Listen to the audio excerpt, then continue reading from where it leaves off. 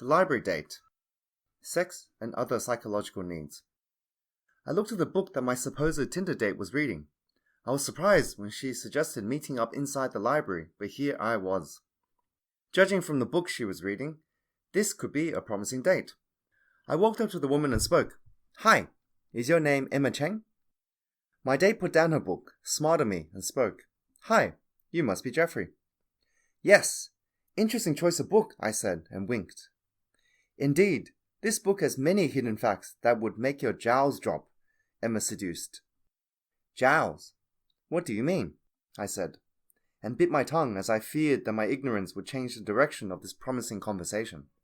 "Jaw, as in making your jaw drop. Figuratively speaking, of course," Emma stated. "Yes, of course. Seems like libraries are good for learning. I have been here for less than a minute, and I have learnt a new word already," I said and smiled. "Imagine what a couple of hours with me would do to you. You'd become a new man," Emma enthused. I reflected on Emma's statement. I needed to become a new man, and she seemed like a suitable teacher. I smiled and spoke. "How about having a coffee at the coffee shop upstairs?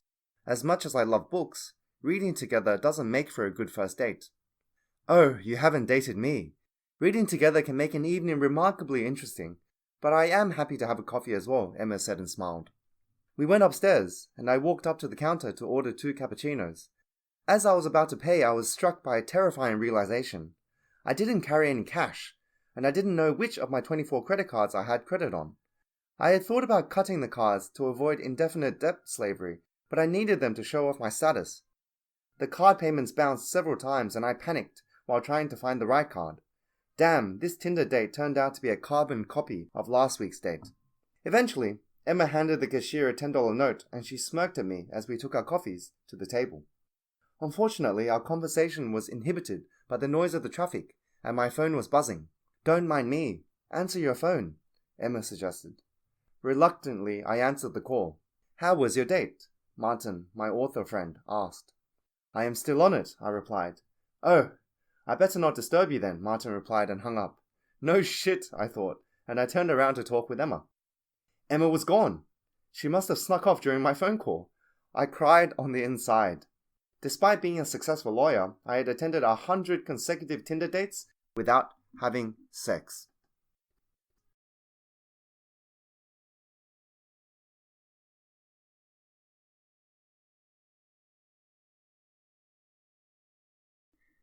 The Ladyboy date. I was at home looking through my credit card statements to see if I had enough credit to organize a Tinder date. While I had been on 100 straight Tinder dates without having sex, I was a sucker for punishment, and perhaps date 101 would bring me the woman of my dreams. For example, a woman I could have sex with. As it turned out, I had maxed out all my credit cards, and it would take me 6 months to get back in the black. Sexless dating wasn't cheap, and my dodgy investments were enough to negatively offset my hefty lawyer income. While my investments made me a tax-exempt citizen, I wondered whether it wasn't preferable to pay tax and have money. Unable to afford another Tinder date, I contacted my ex-girlfriend Rebecca. We had broken up after my many failed attempts at cheating on her. However, as I had never sealed the deal with another woman during our relationship, I hoped that time had healed all wounds. "Hi, Jeffrey. It has been a while." "What's up?" Rebecca said.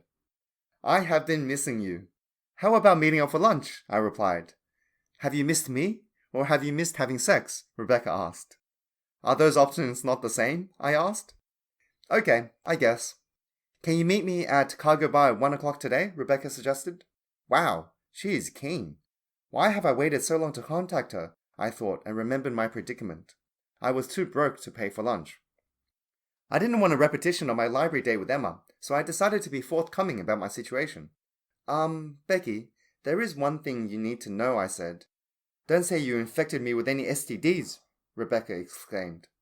No. However, I am too broke to pay for lunch," I admitted. "Wait, aren't you a successful lawyer?" Rebecca asked. "Yes, but an even worse investor," I admitted.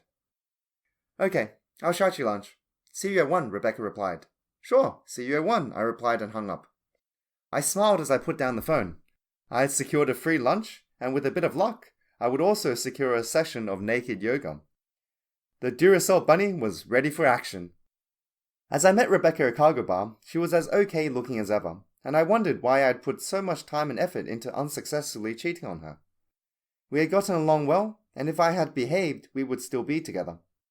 I reminded myself that it hadn't made sense to settle for the okay option when I was young and still had dreams. However, now that I was older and indebted, an okay relationship was better than a frustrating trek in the dating wilderness. Rebecca approached me and spoke. "Hi, Jeffrey. It's nice to see you again. Alas, to be honest, I accepted in the hopes of getting a free lunch. Then again, I assumed you called me hoping to hook up, so as it would seem, neither of us get what we want." Ouch! This was not the rekindling of the flame I had hoped for. I cleared my throat and spoke. "Look, I am sorry about asking you to pay. I'll make it up to you." Rebecca shook her head and replied, "It's not about the money. We live in the year 2019 and I believe in gender equality. I am happy to pay for lunch." "So what's the problem then?" I asked. "The problem is the multiple times you tried and failed to cheat on me," Rebecca replied. "Whoa! I never cheated on you," I objected. "That's because you always failed. Imagine how demoralizing it is to be with a guy who always tries to cheat on you but never succeeds. If you succeeded, I would at least know you were an alpha male that others yearned for. Yet that wasn't the case for us, was it?" Rebecca ranted. I didn't know how to respond to Rebecca's statement, so I sat quietly for a bit. A minute later, a waitress delivered 2 medium-cooked steaks to our table. While this is what I would have ordered, I was surprised because I hadn't ordered anything. I looked at Rebecca and spoke. "Hey, did you order the steaks before I arrived?" "Yes. I promised you lunch and I knew what you wanted." "Let's eat. I need to go back to work soon," Rebecca sniped. We ate our steaks in silence. I was about to leave when Rebecca smiled and spoke. "Hey, Jeffrey. One of my college professors, Tanika, would love to have dinner with you tonight. Are you available? It's her shout." "What's the catch?" I asked. "Nothing," Rebecca said and smirked. "I am just helping a friend of mine meet the man of her dreams." I hesitated for a moment. I sensed that my ex was pranking me, but I could not be sure. "Okay, I'll go." "What does she look like and where do I meet her?" I asked. "Meet her at the Le Petit Frog restaurant at 7 p.m. This is her photo," Rebecca said and showed me a photo of a Thai woman in her late 30s. I looked at the photo, and while Tanika was by no means a stunner, her features were acceptable, and better yet, she was paying for the date. It was time to break my dry spell by having sex on my 101st date. "Great. Tell her I'm happy to meet her," I replied. "Good luck," Rebecca smirked and left the restaurant. As I returned to my lawyering office, I felt a mixture of anxiousness and anticipation. I was anxious because I was unsure of my ex-girlfriend's intentions. Yet I also felt anticipation because Tanika seemed like a safe bet, and it was time to break my long, dry spell. "Hi, Jeffrey. Before we begin, I would like you to answer 2 questions to ascertain our compatibility." I looked in bemusement at my date at the restaurant. Was this a date or a session of paid market research? In any case, I saw no problem in answering any pre-qualifying questions now, as this would save me a couple of hours if my answers were incorrect. "Ask away," I said and smiled. "How high are your IQ, and how many have you slept with?" Tanika asked. Wow, this was direct and unexpected, I thought, and wondered whether Rebecca had hidden a camera somewhere. It might surprise the reader that I am highly intelligent, and I was the top student in my high school class. Unfortunately, high school never taught me common sense. "My IQ is 135, and I have slept with a dozen or so women," I replied. "Excellent answers. And how many men have you slept with?" Tanika asked. "I haven't slept with any men," I replied. "But would you consider it if the opportunity arose?" Tanika asked. Ouch. This was a tricky one. My honest answer would be, fuck that, I am not a bloody poofter. However, that answer would reduce my chances of having sex tonight, so I replied, "As humans, we should always keep an open mind to find novel ways of expressing our sexuality." "Excellent! You passed the test. Let me shout you a $199 French degustation dinner," Tanika said and smiled. I smiled back. While I would have preferred $199 spent on drinks and marching powder, it was still flattering to be on the receiving end of an expensive dating experience for once. As we ate our fancy French meal, Tanika spoke about her gender studies research. It was an okay experience, and Tanika's vocabulary revealed that she was also intelligent. Meanwhile, her far-fetched, left-wing conspiracy theories proved that she lacked common sense, so I guessed that we were compatible. At the end of the day, Tanika looked at me and spoke. "I had a great time with you, Jeffrey. Would you mind coming to my place so we can have sex?" Sure, why not? I replied. While Tanika was far from the prettiest woman I had been on a date with, she was the first one to spend $200 on me. It was payback time, and the Duracell bunny was ready for a night of passion. Is this your real penis? Tanika's comment confused me, as we were about to set up a session of naked yoga. Of course it is. What are you talking about? I replied. I cannot have sex with you, Jeffrey, Tanika said and rolled away from me. What is going on? I asked. I am a ladyboy, and I am only attracted to men girls, i.e. men that used to be women, Tanika revealed. I don't understand at all, I said, still confused by the surrealism of the encounter. Rebecca told me that you were my perfect match, an intelligent woman who had converted into a man. I am a man, Jeffrey. I am not attracted by other men. Please leave my apartment, Tanika said. I pulled up my pants and I hurried to leave Tanika's apartment. I guess Rebecca got the last laugh for the many times I failed to cheat on her. Fucking hell, I almost had sex with a transvestite. Yuck.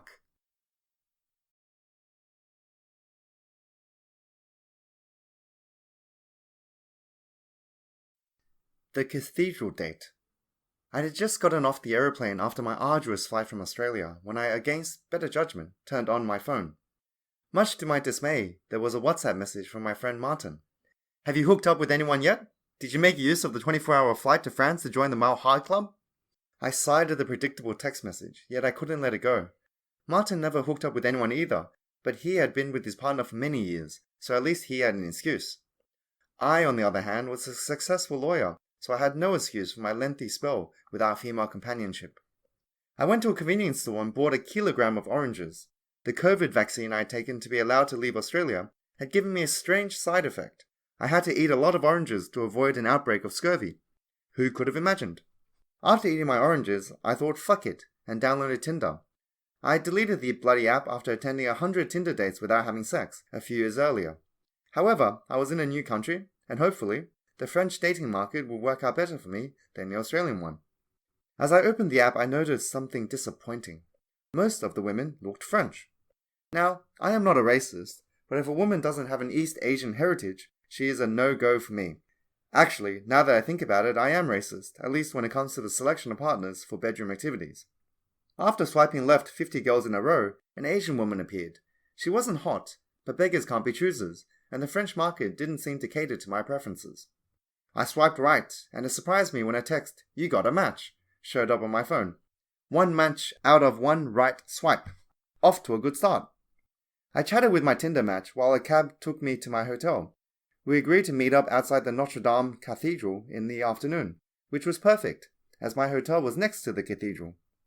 As I arrived at the hotel, I showered, and had a quick nap to get my beauty sleep before my first Tinder date of the year. I stood outside the Notre Dame Cathedral and enjoyed the spring sun. I felt a surge of nervous anticipation before my date, and images from Emma's disappearing act at the library 2 years earlier were playing tricks on my mind. Although I had experienced sex since that debacle, I was still annoyed that I had missed such an open goal. I hoped it wouldn't happen again. A notification from my date pinged on my phone. It was from today's date, Sandra. I was about to open the app when I heard a female voice. Hey, you must be Jeffrey. I turned around and I saw a beautiful Asian woman who was dissimilar from my Tinder date. This surprised me. While it is common for Tinder dates to look different in real life, they never look more beautiful in person.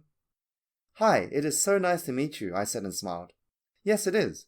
Let's get properly introduced. I am Lee Na, my date said and showed me a heavenly smile with her perfect white teeth.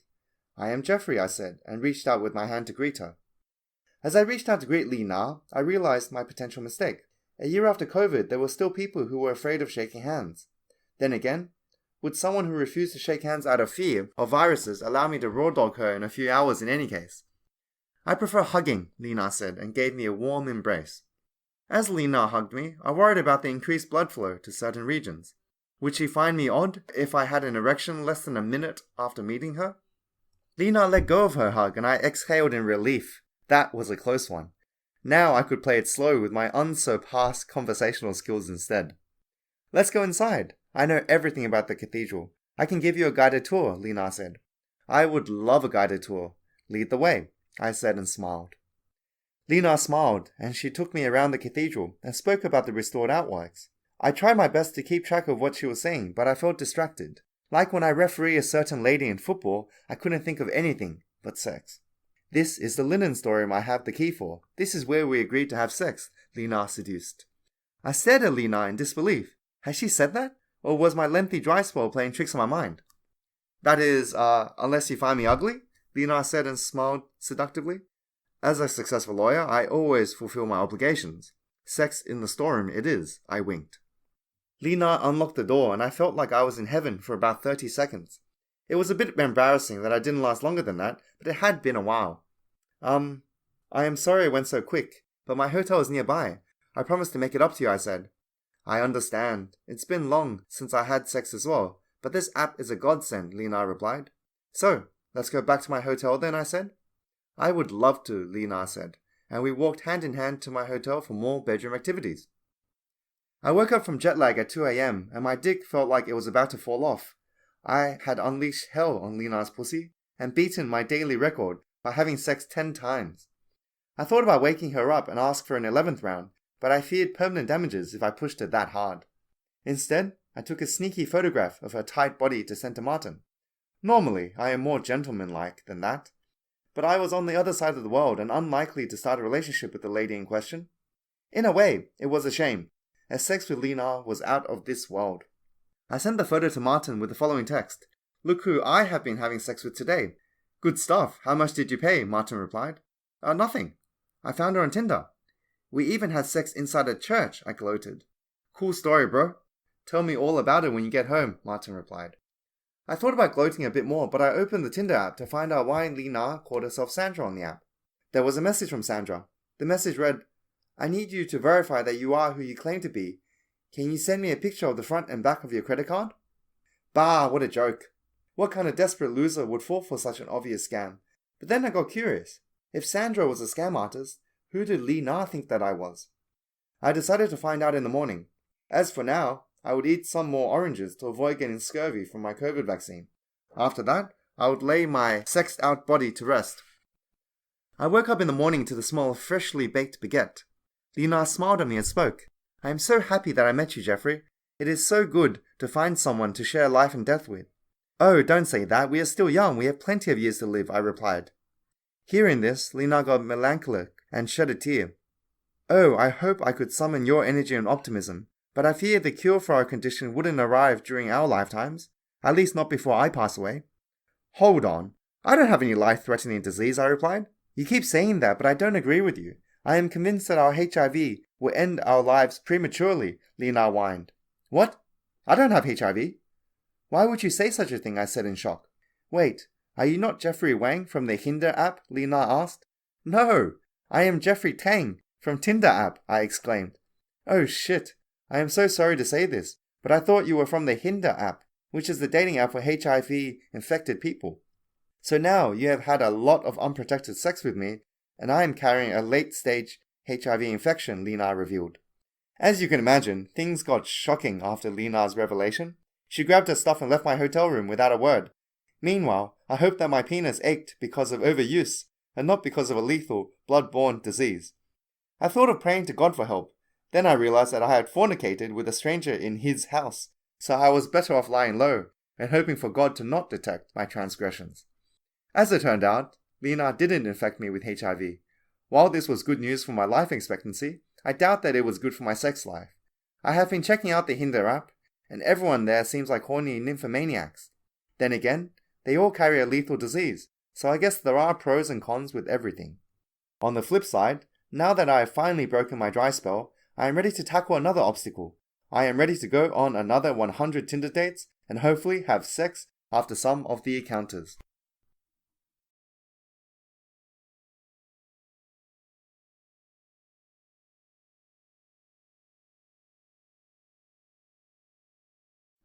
The double date. The winter sun was shining, and I was having a great Sunday, enjoying the sun and an Oxford Street rooftop bar. I had taken a weekend off from destroying soccer games, and I was trying to flirt with Michaela Wang, my sexy colleague from the law firm. Michaela was everything I could wish for in a woman. She was single, beautiful, successful, and as far as I knew, HIV negative. As we drank our third cocktail, she put her hand on mine, leaned over, and looked into my eyes. Bingo! My charm was working. It was soon time for some bedroom gymnastics. "I'm having such a great time with you, Jeffrey. I am so glad that you took some time off from mentoring disadvantaged children to hang out with me," Michaela said and smiled. Bingo. I knew that mentoring disadvantaged children would sound better than refereeing angry adults. However, how would I deal with this lie if I started a relationship with Michaela? Why worry? One step at a time, Jeffrey. Yes, as much as I love helping others, I must also look after myself. The cocktails in this place are to die for, I exclaimed. Yes, it's amazing to hang out with you here. We can be best friends forever. I am a total fag hag, Michaela said. Fag hag? I asked. Yes, I love hanging out with homosexual men. I was so excited when you asked me to meet you here. My last BFF got deported to Melbourne, Michaela revealed. Oh no. I had taken a day off soccer to hang out with my sexy colleague who thought I was gay. What a complete waste of money. Yet, I could still salvage this afternoon. Michaela was tipsy, and she looked at me with dilated pupils, so there was some sexual chemistry. As much as I love the gay scene, I am straight, I said. Oh, I could never have imagined. You are so cultivated for a straight man, Michaela said. Is that a good thing or a bad thing? I asked. I don't know. It might be good. I need to go to the bathroom, Michaela said, and headed for the bathroom. I sighed. I hoped that I hadn't played the good guy role too well with Michaela. How annoying it would be to miss out on 6 hours of angry soccer players, to have drinks with a beautiful woman without having sex. I walked up to the bar and ordered a double scotch. Sex or no sex, I would still use his arvo to get shit-faced. I stared at my whiskey glass in awe when my friend Martin arrived at the venue, accompanied by a stunning East Asian woman. Was Martin cheating on his partner? More importantly, how the hell did he pick up such a bombshell while wearing his smelly and grass-stained referee outfit? Martin and the Asian bombshell approached me, and Martin spoke. Hi, Jeffrey. This is Sarah that I told you about. My head spun. When had Martin ever told me about dating a bombshell called Sarah? Most of his conversational topics were about his books, his dodgy refereeing calls, and his conspiracy theories. I'll buy us a jug of beer. Sarah, why don't you sit down and socialize with Jeff? Martin said, and walked off to the bar. Sarah got seated, smiled at me with her cute dimples, and spoke. So, you must be Jeffrey. Martin has told me so much about you. I love it when you feature in one of his stories. Oh no. Which ones have you read? I asked. I have read all of them. I assumed that you were ugly from reading the stories, but he showed me your picture, and you were actually cute. That's why I asked him to introduce us, Sarah said. I gasped in shock. Would Martin be helpful for once? Well, at least you know my little secrets now, I said, and faked a smile, while hoping that Martin hadn't shared too many embarrassing secrets about me. Oh, Jeffrey, who is this woman? I stared in awe at Michaela, who against the odds had resurfaced from the bathroom. Why on earth did this scenario play out for once? Usually, a woman spending this long in the toilet would be trying to find an excuse to escape. Hi Michaela, this is Sarah. She is a friend of Martin, I said. Nice to meet you, Michaela. What do you do? Sarah said. I am a lawyer at the same firm as Jeffrey, Michaela said. So, you are also a successful lawyer then? Sarah said in admiration. Yeah. I will soon be a partner at the firm, Michaela replied. Oh wow, I am so impressed, Sarah replied. And I am so jealous of your beauty. You must be a model. Let's get a bottle of rosé and share our stories, Michaela replied. I would love to, Sarah replied, and followed her to the bar. Watching how the beautiful women immediately hit it off, I had an ominous feeling that this would be an afternoon to forget and another story for Martin's collection. Where did Sarah go? I looked at Martin, who approached me with a jug of the cheapest mid-strength beer in the establishment. Clearly, he wasn't trying to impress others with his non-existent wealth. Wait, I thought they were with you. Where did you go? I asked. Oh, you know how things go. I got sleepy and I wanted a coffee, but I didn't want to pay for the coffee. So I put $10 in the poker machine to receive a free coffee, Martin rambled. So you spend $10 to get a free coffee. That doesn't answer the important question. Where did the girls go? I asked. Girls? Was there more than one? Martin asked in confusion. I sighed. I had set myself up to a classic problem in my life. Effectively, I only have two modes of dating. Either I would date no one at all, which yields no positive results, or I would date many at once and mix them up, which has a similar outcome. When I set up the date with Michaela, I must have forgotten that I had already asked Martin to bring Sarah here. What a mess. Martin handed me his phone. There was a text message from Sarah. Hi Martin, thank you so much for bringing me to the gay bar. I met up with Jeffrey's colleague Michaela and we are hitting it off. I am so happy that you enabled me to meet such an amazing woman. I promise to read and review all your books to make it up to you. XOXO, Sarah. I handed Martin the phone and sighed. Martin smiled and spoke. Wow, that was an unexpected outcome. Or at least I found a reader for my books. Let's drink some beer and watch a soccer match on TV. I am not sure. I might go home instead, I replied. Nah, save that for later, mate. On the bright side, you won't need to get tested for STDs this time, Martin stated. Martin was right. Life could be worse. Cheers to not needing STD testing, I said and raised my beer. Cheers to that, Martin replied. After that, we spent a few hours discussing dodgy refereeing calls and Martin's conspiracy theories before I went home for my much anticipated porn website visit.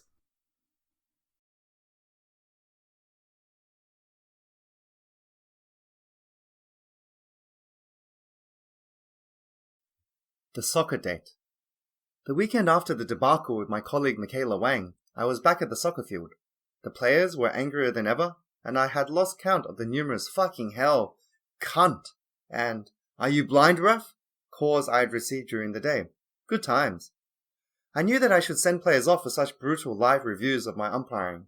However, I had another, more efficient way of dealing with the psychological trauma. My refereeing method involves not eating for 24 hours before games.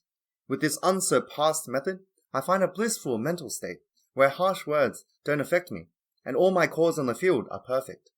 As I walked off the field, my friend Martin approached me and said excitedly, "Wow, that was one big punch-up. What happened?" "Punch-up?" I asked. "Yes.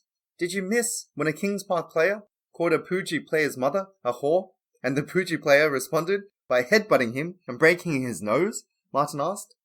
"I have no idea what you are talking about," I replied.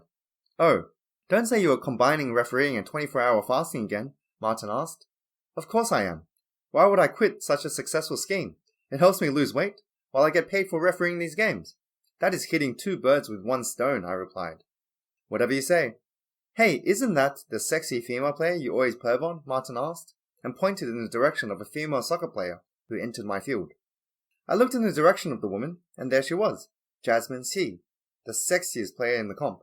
At least she was the sexiest East Asian player in the comp, which in my book is synonymous with the above statement.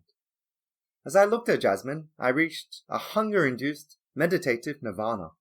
In this meditative state, I pictured how we would have grandchildren and pass on to paradise together at an advanced age. This was good news, as the presence of grandchildren in my visions indicated that we would have sex at some stage, and sex was a scarce commodity in my life. "Yes, that's her. Please don't intervene and fuck things up like you always do," I exclaimed. "I have no idea what you are talking about," Martin replied. "The girl you brought to the Oxford Tavern last week and stole my date," I replied. "Oh yeah, that was funny, wasn't it?" "Who could have seen that coming?" Martin said and laughed. "In any case, I will do what I have never done before. I will hook up after a game I officiate. I will hook up with Jasmine C, I proclaimed. "Okay, best of luck. I am heading to my game now," Martin said and rushed off. My eyes followed him as he rushed off, and I struggled to stay upright with my very low blood sugar. 2 more hours of refereeing, and then I would set up a date with the sexiest woman in the comp. 2 hours later, I felt a slight hesitation. The football match was over, and it was the moment of truth.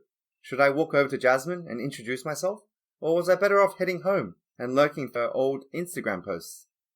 I saw Martin approaching me from the other soccer field, which increased the stakes. I had proclaimed that I would make a move on Jasmine, but I didn't want him to witness the spectacle. "Hi, Jeffrey. I think you are the cutest and best referee in the comp." I turned around and I gasped in shock as I looked at the angelic features of Jasmine C. Was this happening, or had I reached a hallucination state of my combined fitness and fasting regime? Thank you," I mumbled, not knowing how to react to this unexpected turn of events. "I was wondering if you would like to join me at the pub for a few drinks." "There is a friend I would like you to meet," Jasmine said, and smiled with teeth that were straight from the toothpaste commercial. I was about to reply when I saw Martin walking past. He smiled an exaggerated smile and showed me thumbs up. I was not sure whether this was an encouragement or if that rascal was playing another prank on me. However, I did know one thing. I would beat myself up forever if I rejected Jasmine's offer about having drinks. "I'd love to have drinks with you, Jasmine," I said and smiled. "Great. How about heading to the Oxford Tavern? They have great drink specials on Sundays, We can meet my friend there, Jasmine suggested. Hearing how Jasmine suggested the Oxford Tavern as our watering hole gave me slight anxiety. This was where the stunning Sarah had stolen my date Michaela the previous weekend. Then again, I could not exclude every venue where I had a negative dating experience. Otherwise, I would have run out of venues years ago. Great. I love the Oxford Tavern. It's my favourite pub, I lied. Yeah, me too. I love the atmosphere and the drinks. I go there all the time, Jasmine enthused. Yes, I can't wait to have a few cold ones, I exclaimed. Me too. Let's go, Jasmine said and hugged me. There and then I was in nirvana. I had reached my mental peak from the combination of hunger, exhaustion, verbal abuse, and a beautiful woman's embrace. It was the best of every world. Well, except for one thing, I still needed to steer this beautiful female masterpiece towards sex. There and then I would reach true happiness. However, one step at a time. First, I needed to pass the trial at the pub. I prayed in silence that Martin wouldn't bring another woman who would steal my date. With this in mind, I went with Jasmine to the pub for what would be a night to remember. I don't know how you handle it. Why do you tolerate male players punching each other and hurling abuse towards you? I felt a bit disappointed when Jasmine asked me about my refereeing as we were enjoying our drinks at the pub. I would much rather have sold myself as a successful lawyer, but I realized that to Jasmine, I would always be the charming and cute soccer referee, at least until she got to know me as a Duracell bunny, i.e. not big, but keeps going at it like a rabbit. Ah, good times. I try to be empathetic to everyone. When I understand where they are coming from, I try and talk with them instead of throwing cards in their faces, I replied. You are too nice for your own good, Jeffrey. You are not their psychologist. You are their referee. If they want to talk to you, they can pay you $200 an hour for the pleasure, Jasmine stated. Ha ha, that's funny. My friend Martin says the same thing, I replied. I know. It is his exact words. He told me this last weekend, and I realized that he was correct, Jasmine replied. Hold on. Did you speak to Martin last weekend, I asked. Yes, you were here together, weren't you? Jasmine asked. I froze. Why hadn't Martin told me about his conversation with Jasmine? Was this another one of his pranks and mischiefs? Jasmine checked her phone, looked at me with disappointment in her eyes, and spoke. My friend isn't joining us. Yippee! I dodged a bullet there, I thought, as Jasmine's friend was presumably less attractive than her. Yet, a more important question remained. How would I get her to a suitable place to show off my Duracell bunny abilities? As it turned out, I need to think long and hard about my predicament as Jasmine spoke. Hey, would you like to have a few drinks at my place? There is no point in staying here since my friend isn't coming. That sounds like a great idea. I would love to see your place and your soccer medals, I said, while leaving out what I actually wanted to see, her naked body beneath me. That's great. I can't wait to show them to you, Jasmine exclaimed in excitement. With this said, we got up and drove to her place. As we arrived at Jasmine's apartment, we were greeted by a total poofter who turned out to be her flatmate James. At first, James's presence was more of a nuisance than a threat. While everything could happen, I deemed it unlikely that I would lose the beautiful Jasmine to him. I am, after all, a successful lawyer, while James was a flaming homosexual. Who would any sensible woman choose? Much to my dismay, Jasmine didn't invite me to her bedroom. Instead, we were drinking while playing board games with James. At face value, this wasn't the end of the world. I could await the opportunity when the alcohol and fatigue made me irresistible to Jasmine. This moment never came. Instead, Jasmine yawned, looked at me, and said, Yawn. I better take a shower and get some rest, so I am fresh for work tomorrow. Why don't you stay a bit longer so you can get to know James? There and then it dawned on me. I should have done more research about which friend Jasmine planned to introduce me to before I joined her for drinks. Then again, who in their right mind questions why a hot girl asks one out? After Jasmine left, I turned to James and spoke. Sorry, but I need to go. I got HIV from my COVID vaccine. James smiled and replied, That's okay, darling. I got HIV from the sex club, so we are a perfect match. Try the Hinder app, I said, and left the apartment. And that's how I got invited to the apartment of the hottest woman in the soccer competition, only to find out that she was trying to set me up with a HIV-infected gay friend.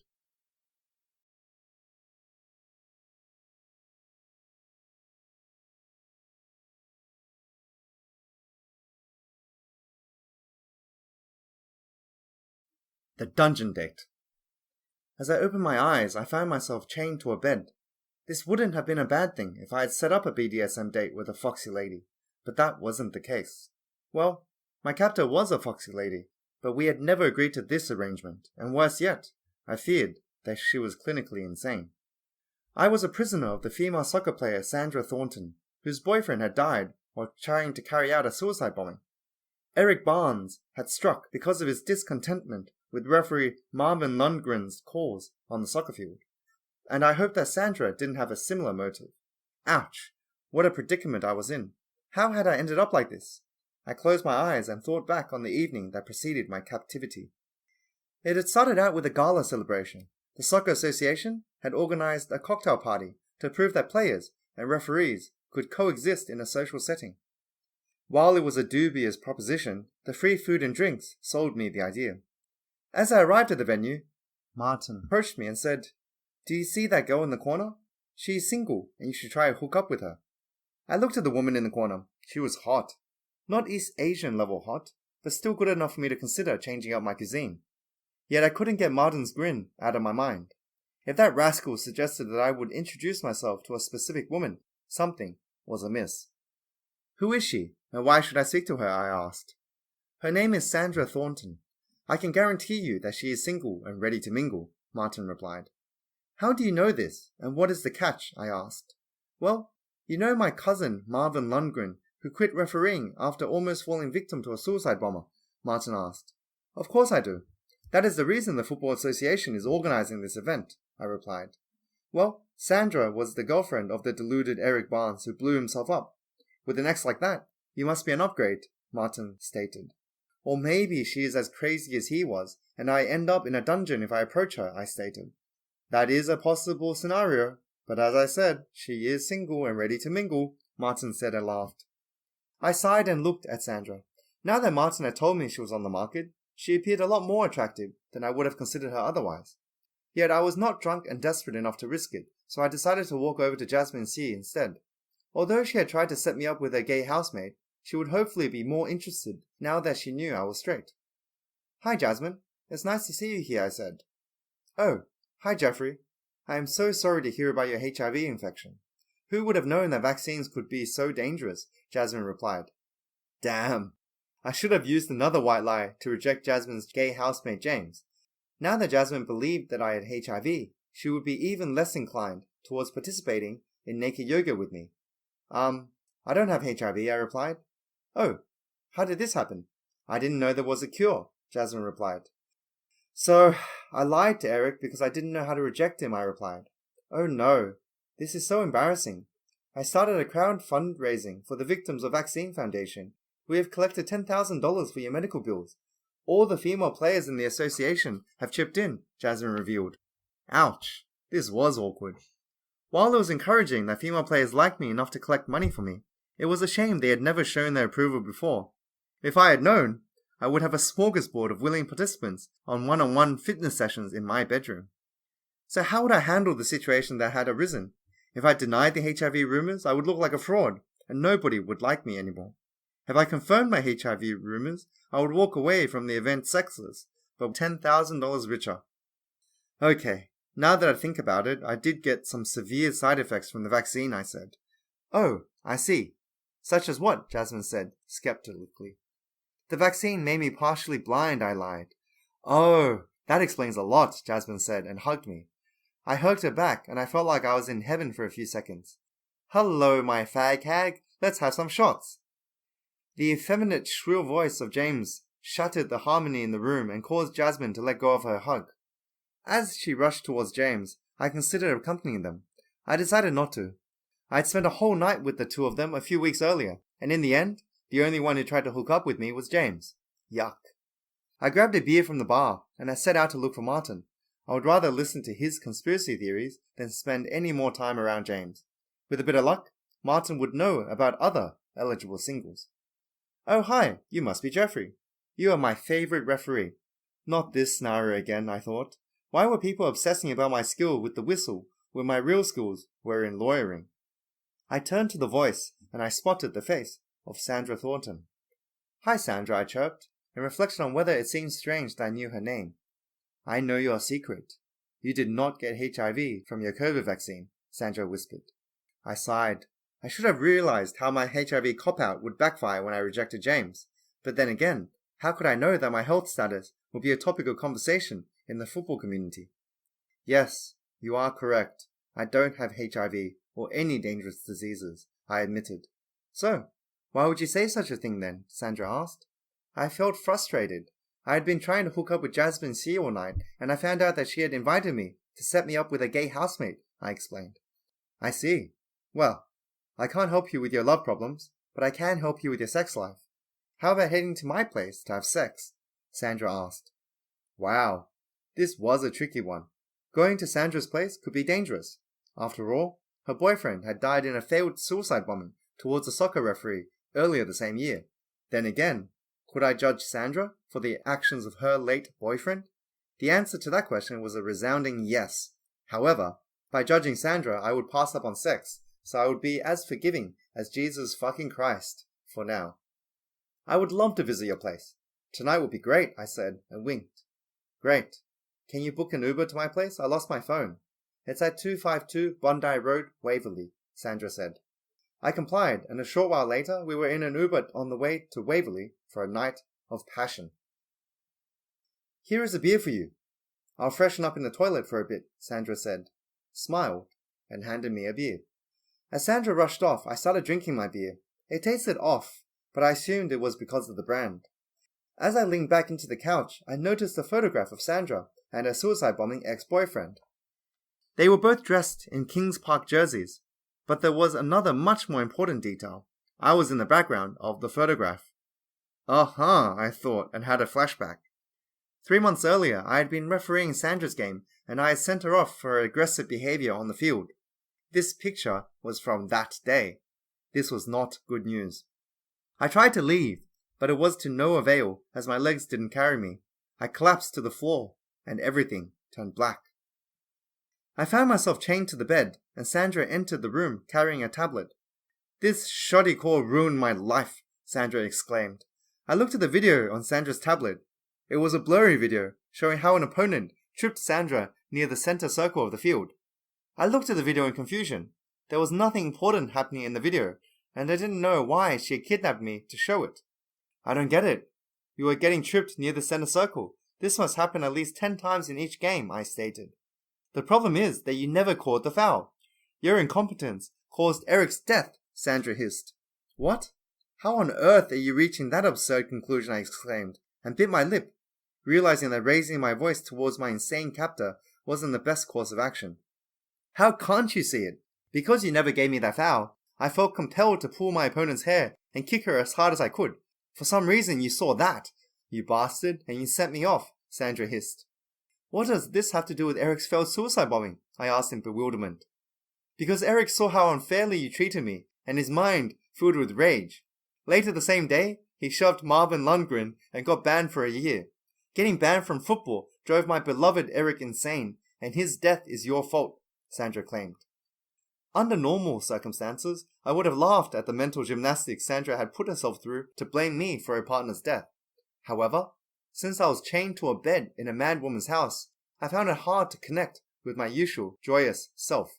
Okay, you have proven your point. I should have given you that free kick, and none of this would have happened. I am sorry, I lied. Sandra smiled at me with a psychotic smile and replied, I am so happy that you told me this. A weight has been lifted off my chest. I exhaled.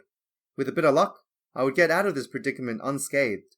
So, can you unchain me and let me go, now that we have resolved this issue, I asked? Why would I let you go? You admitted that Eric's death was your fault. The corrupt law courts will let you go, so I must deal with you myself. You must die for causing Eric's death, Sandra proclaimed. Fucking hell, I shouldn't have admitted responsibility to placate the mad woman, I thought. In that case, I no longer admit any wrongdoing. You and Eric were responsible for the fate that befell you, I stated. Good attempt, but it is too late.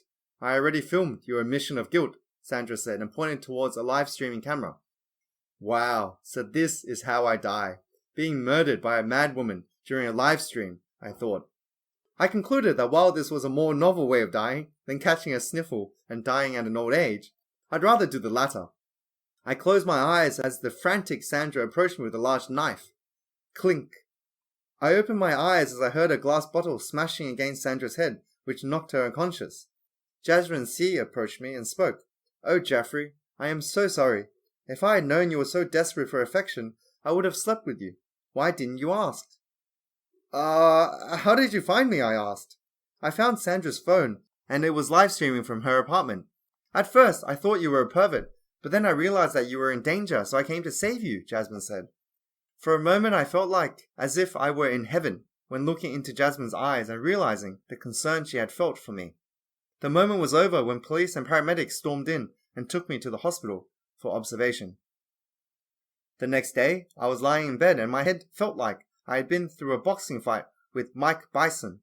I had a terrible headache from the combination of hangover and the drug Sandra had used to sedate me. Yet, I felt happier than I had felt for a long time. Jasmine had mentioned that she considered having sex with me, and she had put herself in harm's way to save me from Sandra, which proved that she cared for me. All in all, a good outcome, although I would rather not experience almost getting stabbed by the mad woman Sandra. My phone beeped with a text message that ruined my mood. "Hi, Jeffrey. I have realized that you are not the one for me. I like you, but I cannot be with a man whom I must save from a deranged lunatic's house. Jasmine." I put the phone away and I felt depressed. The silver lining to the previous night was gone, and I was now merely a survivor and no longer a happy survivor. Another text message appeared. "Ambulance call-out fee, $450. Please pay within 14 days. New South Wales Health Authority." Fuck! It was a shame that Sandra was such a failure at being a deluded murderer, because someone needed to put me out of my misery.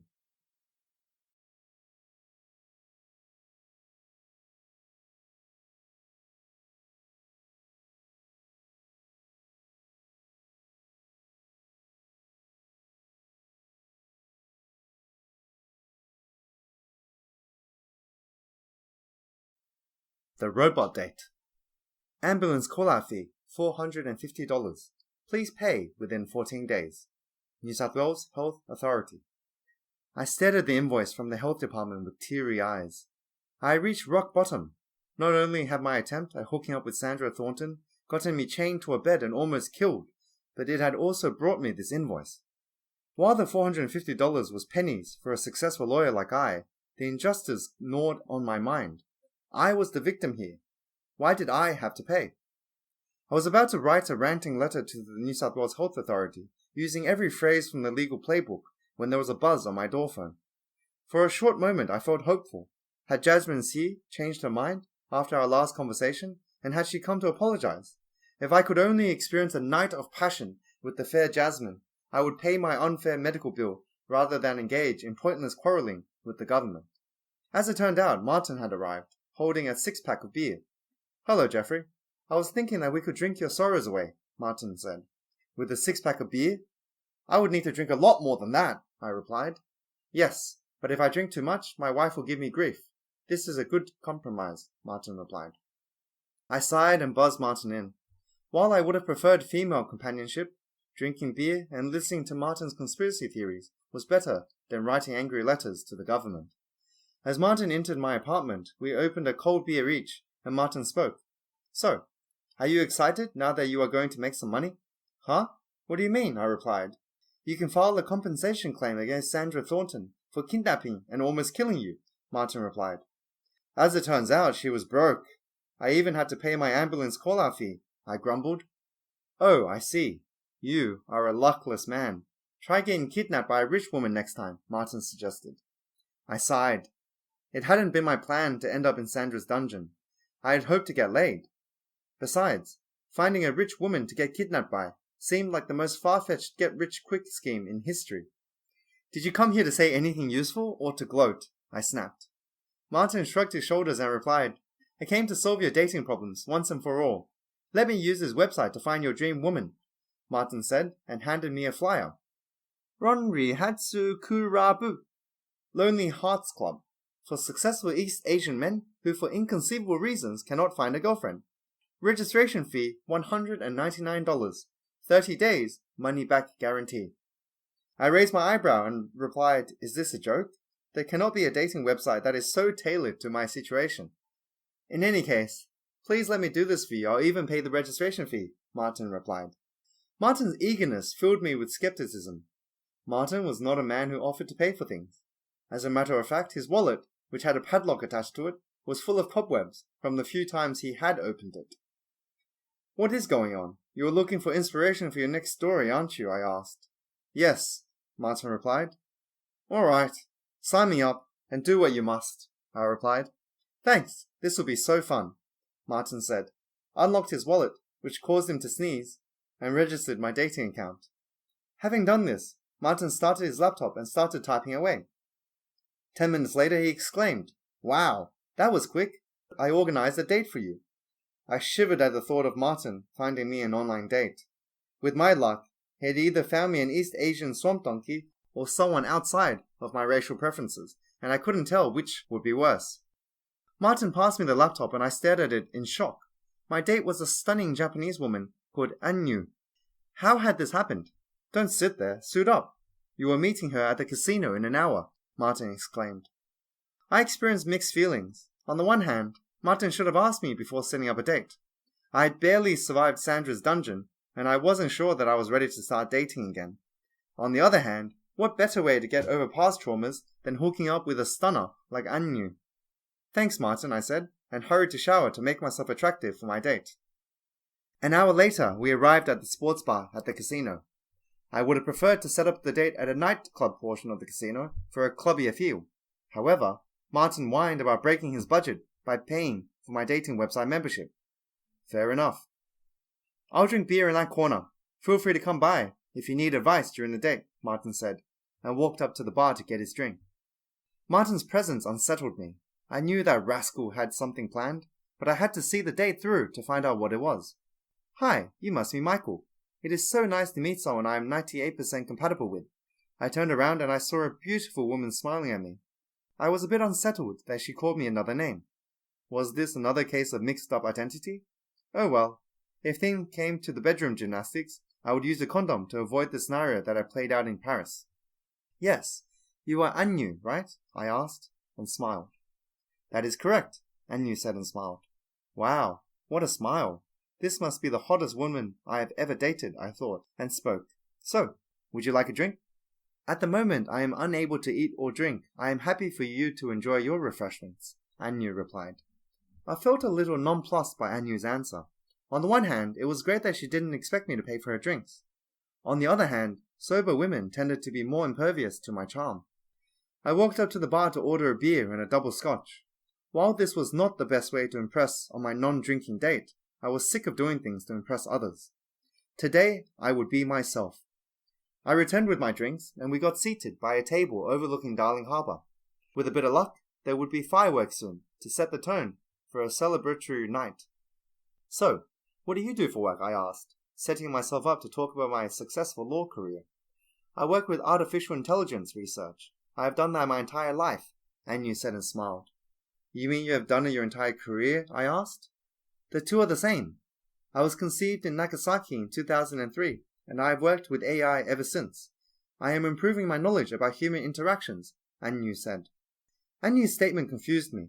If she was born in 2003, she was only 19 years old, yet she looked like a stunning 30-year-old. While this wasn't a problem now, it could cause long-term problems if she aged that horribly. Okay, I was born in 1994, and I have worked in law since 2016, I replied. I know, Michael. I read it in your profile. However, there is one thing that I would like to get explained, Anyu replied.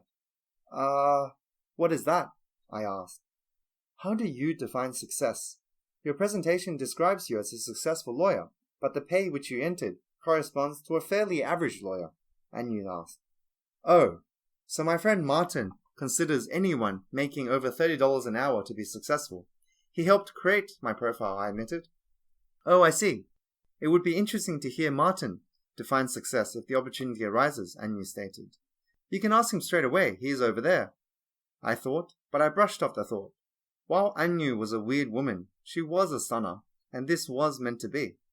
Whatever Martin did when he set up my personality test, it had attracted the sexiest woman ever. I will make sure that Martin writes a report on the subject to aid you with your research, I said. Would you do that for me, Michael? Thank you very much, Anyu said and hugged me. A strange feeling overwhelmed me when I received a hug from Anu. My blood flow and confidence improved by being hugged by a stunner in public, yet Anu felt stiff, and her skin seemed rubbery. It must have been a long time since a woman touched me, I thought, and concluded that Anu's rubbery skin was the way all female skin contact felt. My pleasure. I am happy to help a beautiful woman with her research projects, I said and winked. I am glad to hear that, Anu said, took my hand, and looked me in the eyes. She has bloody rubbery skin. What the hell is going on? I thought. I concluded that post-traumatic stress was playing tricks on my mind, and that I should go home. But did I want to leave like this? Would I allow myself to break down at this critical time of my life? Pull yourself together, Jeff, I thought, and smiled at Anu. I was wondering if there is something you could do to help me with my research, Anu said. Sure, I am happy to help, I replied. So, I have never gone home with anyone after a date. Would you like to be my first? Anu seduced. I stared at Anu in disbelief. This wasn't happening. This had to be a prank, and I knew who was behind it. Martin Lundqvist. I turned around to look for Martin. I saw him sitting in a corner, as it would seem, involving himself in an online argument. I hesitated for a moment. Should I call him out, or should I agree to Anu's proposal, on the off chance that it was legit? I am sorry. Was I too direct? I have not learnt the subtleties of human dating culture yet, Anu said, and looked me with her doe eyes. I concluded that Anu was crazy and most likely autistic, yet she was a good sort, so was her twisted mind enough to turn her down? No, it certainly was not. No, it is my fault. I have had a few tough days, I replied. Okay, I see. Is there something that you want to talk about? Anu said. No, but I am happy to show you my apartment, I said, and forced a smile. Wow, this is so exciting. I have been longing to gain first-hand experience of human mating rituals, Anu said. And I have been longing to gain recent experience on the same subject, I thought. Smiled and replied, I am happy to be your guide, Anu. Follow me. Having said this, I grabbed her rubber-like hand and we left the casino so I could teach Anu about flowers and bees. Flash! Bloody thunderstorm, I thought, as the sky opened up as we walked towards my place. We were only a few minutes away from my apartment, but this torrential rain would soak us before we got there. I don't like the rain. I am terrified of lightning, Anu whimpered. My place is only a block away. Let's hurry up, I said, and let go of Anu's hand. Kaboom! The shockwave from a nearby lightning strike knocked me to the ground. As I got back to my senses, I looked towards where Anu had stood. Her rubber skin had been burnt off and revealed the metal skeleton below. Apparently, she wasn't a murder robot from the future, because the lightning strike was all it took to destroy her. What the fuck is going on in my life? I thought, as a government cover-up ambulance appeared and drove me to a military hospital. I woke up the following day in a military hospital. I had cheated death twice in 2 days. First, Jasmine C. had saved me when Sandra tried to murder me, and then I had survived the lightning strike by letting go of the robot's hand. Such a miracle. Yet, I wasn't out of the woods yet. I was in a government medical facility, and I risked getting in trouble for my connection with the human-like robot. A colonel accompanied by a few soldiers entered my room and spoke. Good morning, Jeffrey. How unfortunate that the thunderstorm destroyed your foreign prototype robot. Because of your actions, we had to send out a Black Ops team to cover up the technology. The public is not ready to know about this. I broke down and cried. I didn't know she was a robot. Please don't kill me. The colonel gave me a confused look and replied, Why would we kill you? Because I know about the secret human-like robot technology, I speculated. Who cares what you know? No one is going to believe you anyway. Besides, if you die, who is going to pay this invoice? The colonel said, and handed me an invoice. Black Operations Cover-Up Fee, $10,000. Please pay within 7 days. Finance options available upon request. I sighed. My dating life had gone from bad to worse. I had almost died 2 nights in a row, and I had ended up with a hefty medical bill each time. Would things ever improve?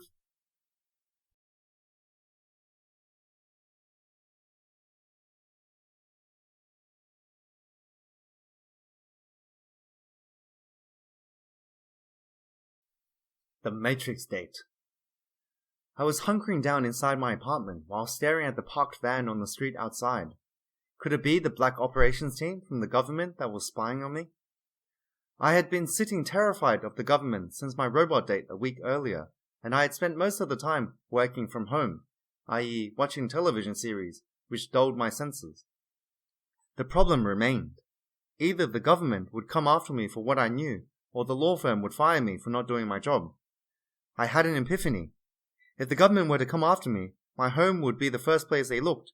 Ergo, going to work was the better choice. Besides, the Black Operations Colonel had said that everything would be alright if I shut up and paid the $10,000 call-out fee. Bloody rot. Having this epiphany, I logged in to the lawyer website and I was about to do some work when Martin buzzed on my door phone. "Hey mate, what are you doing tonight?" Martin asked. "I am working," I replied, which was more truthful than it usually was when my manager asked me the same question. "Are you working 8 p.m. on a Saturday?" Martin asked. "Yes. It has been a busy week and I have been working hard," I lied. "I see. Then you need to unwind. I bought some liquid LSD from the Rasta Rafi referee," Martin replied. I hesitated for a moment. It was time to work after a week of procrastination. Yet, the Rasta Rafi referee was famous for his good products, and my life was a nonsensical mess. A dose of the Rasta Rafi special could untangle my mind and help me find God like it had done for him a few years earlier. "You are right. I have been working hard all week. I need some R&R. "Please come in," I said. I sighed and logged off my laptop. I prayed that my LSD trip would inspire me to get on with my boring lawyering job next week, because otherwise I'd be in trouble. One thing at a time. For now, I would enjoy the Rasta Rafi referee's legendary produce. Elias said this is his best batch yet. After a dose of this acid, you'll understand the depth of the government conspiracy and the dangers of vaccines. I looked at Martin, who held a vial of liquid LSD in his hand. I have always found it fascinating that the people who oppose vaccines are the strongest advocates for other drugs. I don't live that way. I was first in line to get my COVID vaccine, which gives me scurvy if I don't eat oranges. And I was also keen to try whatever concoction Martin had in the vial. This was a coherent approach to putting toxic substances into one's body. "I see. Isn't Elias coming?" I asked. "Well, you know how it is. Elias isn't important enough to be featured in this story," Martin replied. I stared at Martin in confusion. What the hell was he talking about? I concluded that he had already tasted the LSD and that I should pay his nonsense less attention than usual. "Well, let's do this. Let's pour the acid in some orange juice and drink it," I suggested. Martin nodded, and he divided the content of the vial into 2 glasses of orange juice, bottom up. As I sculled my spiked drink, I realized that I have had too much of the Rastafari special as the room started spinning. I stumbled to my bed and passed out. As I woke up, I stared in fascination at my computer screen. For some reason, an old-school command window popped up. As I looked at the screen, green text appeared. "Wake up, Jeffrey. The author has you. Follow the cute soccer player." Knock knock. As I heard a knock on the door, I reflected on how said soccer player had entered my apartment complex, as I hadn't answered the door phone. I realized that the best way to find out was to open the door and ask. As I opened the door, I saw Jasmine Shi and some of her teammates wearing strange rave outfits. Why were they dressed like this? What was going on? I realized that the acid had taken its hold on me, and I was better off accepting the world as it was, rather than questioning things too much. "Hi, Jeffrey. Would you like to come clubbing with us? We are going to the Phoenician Club," Jasmine said, with a smile that made her face morph into a white rabbit. Well, did I? Jasmine had been the target of my affection for the last few months, but did I want to risk it by exposing my drugged-up persona? The answer was a clear yes. My other personality hadn't won the battle for Jasmine's heart, so with a lot of luck, the acid version of me could do the impossible and bed Jasmine. Yeah, I'd love to come," I replied, and left my apartment, hoping that I would find a way to survive the night and come out victorious on the other side. As I approached the Phoenician Club, I saw a poster saying, "The Prodigy Concert, the 25th of May, 1998. Wow, so tonight was a retro night? I had been out clubbing a lot in my years, and I had never heard about this club, or its retro outfit. Wow, this is so cool. 1998 was such a long time ago," I said to Jasmine. She gave me a skeptical look and replied, "What are you talking about? That concert is in 3 months. Anyway, let's go inside. There is something I need to talk to you about." Wouldn't it be better to talk here than trying to hold a conversation inside a club playing loud German techno? I thought. I reminded myself to go with the flow, so I replied, yes, you're right. Let's talk inside. Jasmine smiled, took my hand, and led me inside. As I held her hand, I reflected on how much better Jasmine's human hand felt compared to Anyu's rubbery robot hand. I might be Asian, but I am not Japanese. Next stop, a dance floor, playing German techno. The author has you, and you are stuck in the matrix. Jasmine C's words made no sense to me. What drugs had she taken, and had my acid trip twisted the message she relayed to me with her beautiful lips? Yes, I do feel a bit stuck in life, I replied. So do I. I keep falling in love with you, and then I ruin it. It is as if someone else controls my life like a puppet. Do you know what I'm talking about, Jasmine whined. I had no idea what she was talking about. It was hard enough to hold a conversation in a place like this under normal circumstances. It was a miracle that I could hear her at all. The Matrix? I asked. Do you know what the Matrix is? Jasmine asked rhetorically. Sure, I replied. The Matrix is all around us. It is the world we live in. It is the reason we cannot live happily together, Jasmine stated. Wow, this girl has some serious mental issues. I wonder if this is good or bad when it comes to sex. I thought, and replied, I hear you, Jasmine. We need to deal with the Matrix and set ourselves free. Yes, we need to find Martin, give him acid, and use this contrived technology to enter his mind. Only then can we change our destinies, Jasmine stated. I meant to answer, sounds good. Martin is already passed out on acid at my apartment, so this will be easy. However, I did answer, wait, what does Martin have to do with any of this? Martin is the author's projection into this world.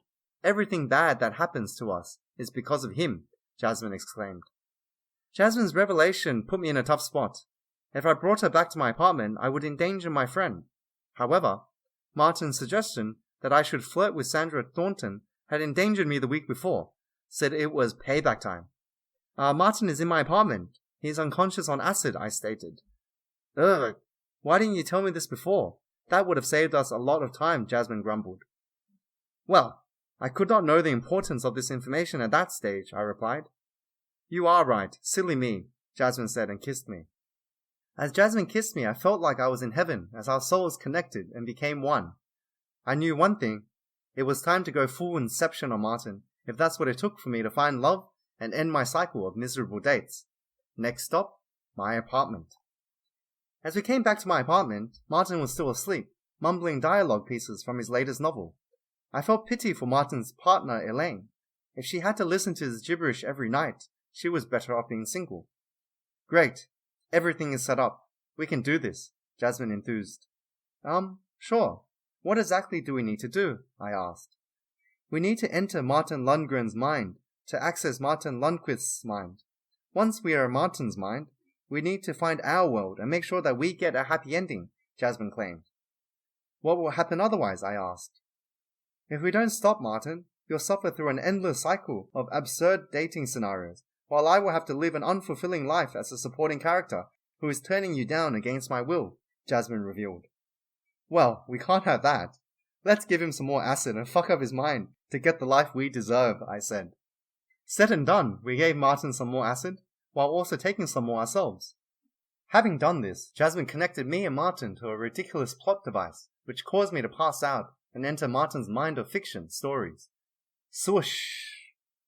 As I opened my eyes, I was in a strange underground cavern. A throng of large man-eating beasts surrounded me. How lucky that this was a dream, otherwise I would be in trouble.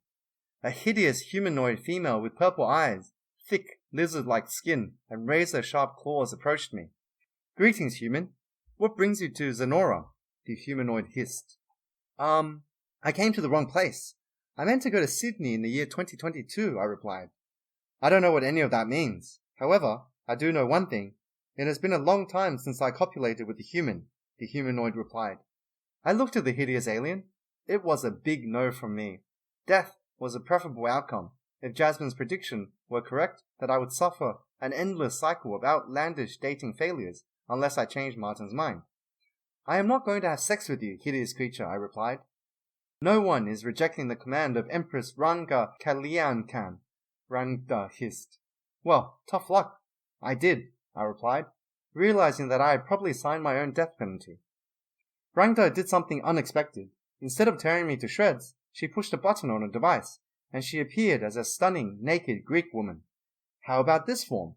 Helen of Troy is the most beautiful woman in the history of humankind. Surely you can't resist me now. Rangda seduced. Wow, this was a tough one. On the one hand, I have an extreme preference for East Asian women. On the other hand, I was facing Helen of Troy, the most beautiful woman in the history of humankind. Against such beauty, one must be a full-on Nazi to not appreciate a woman's allure because of racial differences. I reminded myself that underneath the beauty of Helen of Troy, there was the hideous Rangda Kalyankan. This helped me stay faithful to my future partner-to-be, Jasmine C. I reject you, Rangda Kalyankan, because I know about the hideousness that lurks behind your beautiful facade, I proclaimed. Congratulations, Jeffrey. You have passed my test. Go to Earth and meet my servant, Martin Orchard. In his mind lies your key to changing your destiny, Rangda said and opened a portal. Thank you, Empress Rangda, I said, and walked towards the portal. I felt happy that I had survived my encounter with the hideous creature and her throng of man-eating monsters. Next step, Earth. Pond, Jared Pond. As I opened my eyes, I was sitting at the Star Casino in Sydney, which was not far away from my apartment. I saw a goofy man who was trying to pick up a gorgeous woman. I didn't recognize the man, but I recognized the name. Jared Pond was a series about a goofy Australian secret agent who always messed up his missions and yet always landed the girl in the end.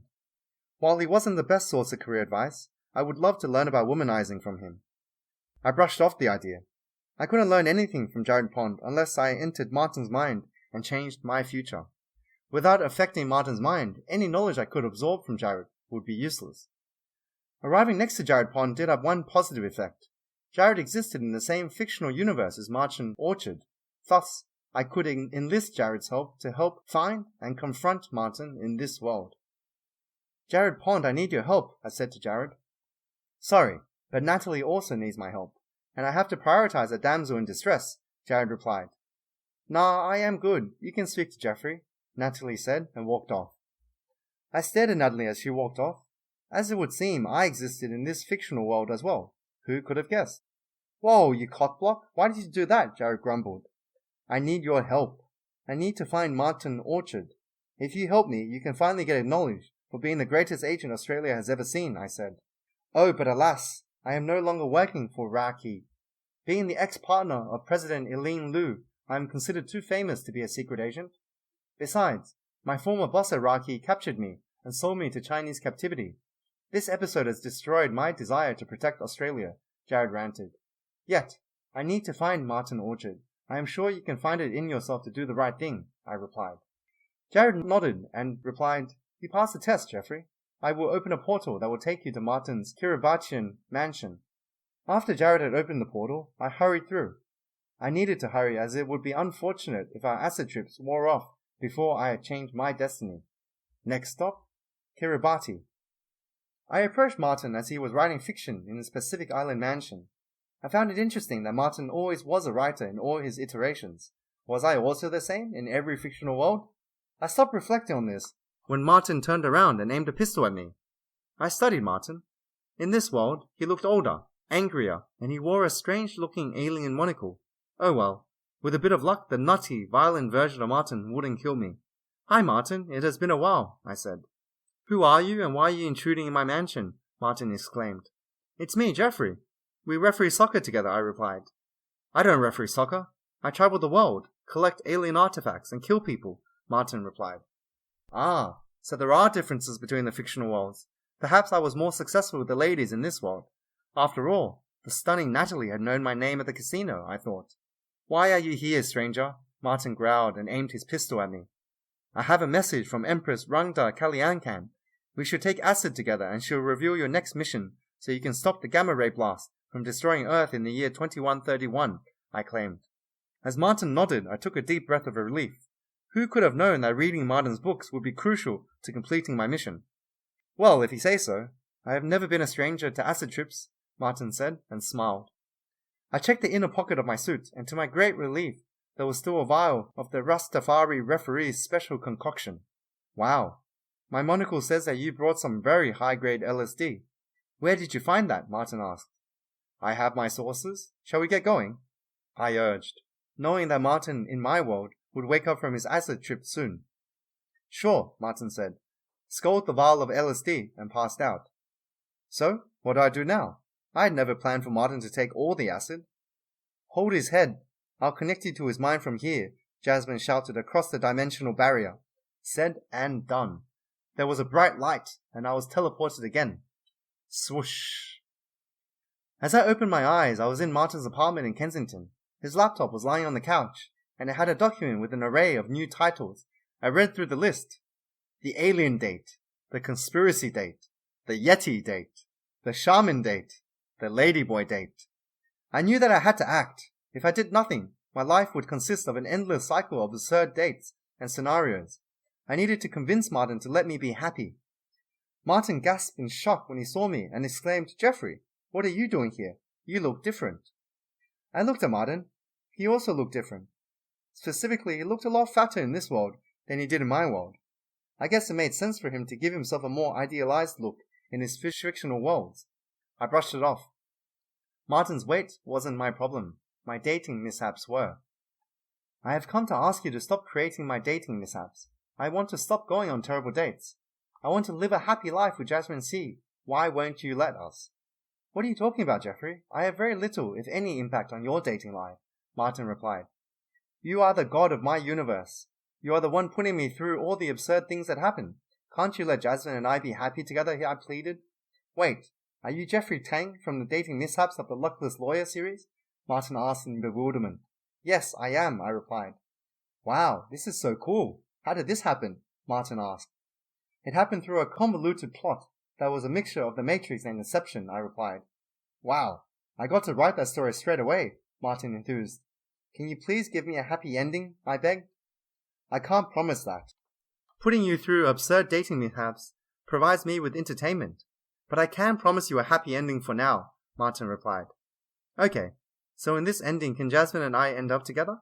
Also, if it's not too much to ask, can you remove the part of me getting scurvy from my COVID vaccines unless I eat a lot of oranges? I hate oranges, and it is not even a realistic side effect, I replied. Sure, I'll change it. Good luck, Geoffrey, Martin said, snapped his fingers, and I teleported back to my world. As I opened my eyes, I woke up in a beautiful room. Jasmine C. smiled at me with her white teeth and spoke, Good morning, Geoffrey. I am so glad that you fulfilled your mission. Martin even changed the plot so you made good investments instead of bad investments. That's why we are living in this beautiful house overlooking the ocean in Kochi. I got up from my bed, stretched my arms, and I watched the morning sun glitter in the ocean. This was life. I couldn't have imagined that Martin would give me such a great life. It was not at all in line with his personality. A foul stench ruined my blissful mood. Had a sewage pipe burst in my lovely mansion? I turned around and I saw Jasmine C. holding a can of the infamous Swedish dish, surströmming. I looked at her in bewilderment and spoke, Why did you open a can of rotten fish? Well, as it turns out, you asked for too much when you wanted to get rid of your COVID vaccine side effect. In this new reality, you must eat fermented herring to keep healthy, Jasmine revealed. I sighed and held my nose as I forced myself to eat a piece of the rotten fish. Martin was a rascal, but at least he allowed me to live with the woman of my dreams in his updated fictional universe. The end.